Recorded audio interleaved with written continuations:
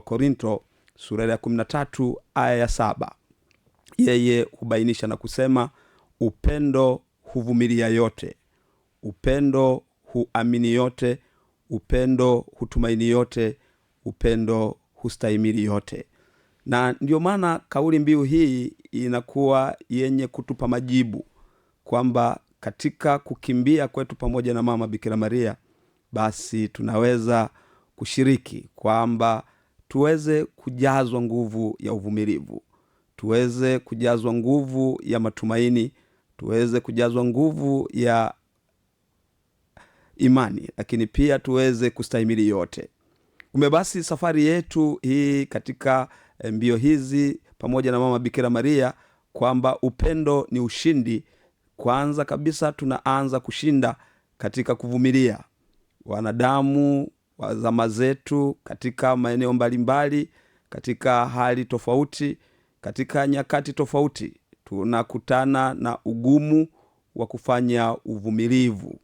Na sasa tunaweza kuvumilia vipi? Tunaweza kuvumilia tu ikiwa tutapata nafasi ya kuweza kukimbia na mama Bikira Maria. Ni wazi kwamba tunaweza kuvumilia kwa sababu mama Bikira Maria anapata salamu ya kimalaika.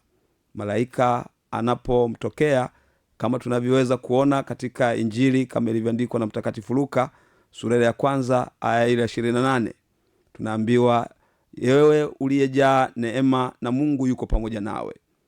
Basi tunapoanza kukimbia mbio hizi, tunashirikishwa basi kujazwa neema na Mungu kuwa pamoja nasi kwenye mazingira yoyote yale yatakayotufanya sisi tuweze kushindwa kuvumilia changamoto au magumu au matatizo mbalimbali tunayokutana nayo.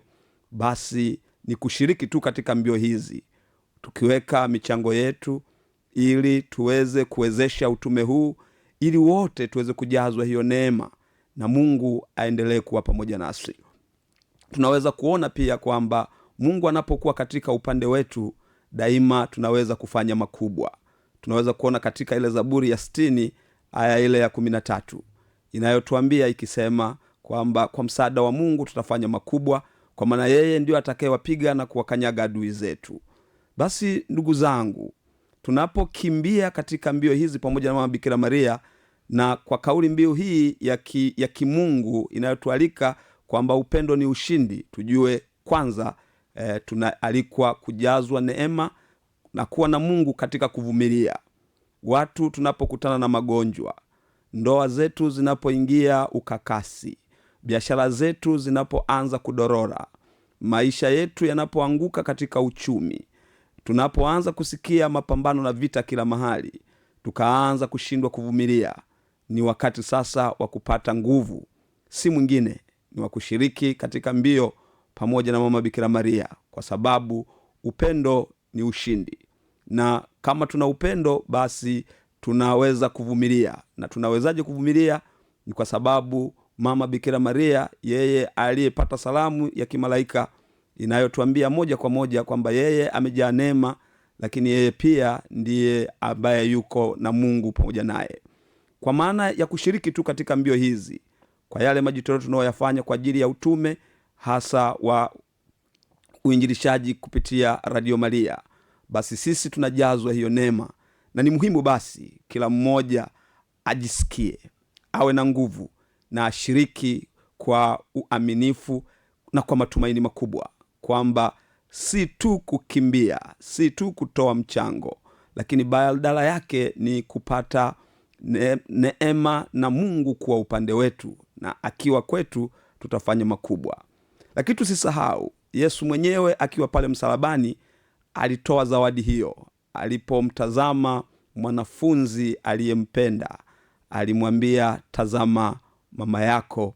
Na tunaona yeye mwanafunzi alimchukua tangu saa ile yule mama na akampeleka nyumbani kwake. Tunaweza kuona katika Injili kama ilivyoandikwa na Mtakatifu Yohane sura ile ya 19 aya ya 27.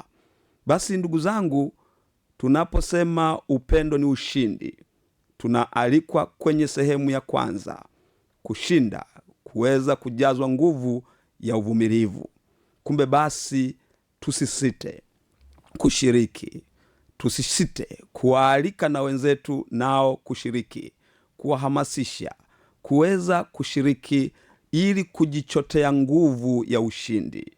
Si ushindi mwingine, ni ushindi ule wa uvumilivu ambao tunaambiwa kama tulivyoona katika waraka ule wa mtume Paulo wa kwanza kwa Wakorinto, akisema upendo huvumilia yote.